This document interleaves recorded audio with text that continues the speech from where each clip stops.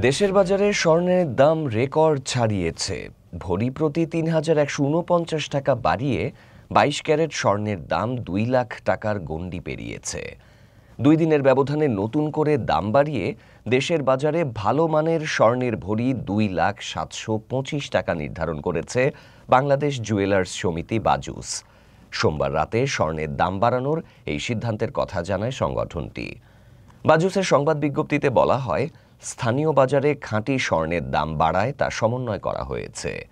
নতুন দর অনুযায়ী মঙ্গলবার থেকে বাজারে ২১ ক্যারেট স্বর্ণের ভরি ১,৯১,৫৩৮ টাকা, ১৮ ক্যারেট স্বর্ণের ভরি ১,৬৪,২২৯ টাকা আর সনাতন পদ্ধতির স্বর্ণের ভরি ১,৩৬,৪৪৫ টাকা নির্ধারণ করা হয়েছে।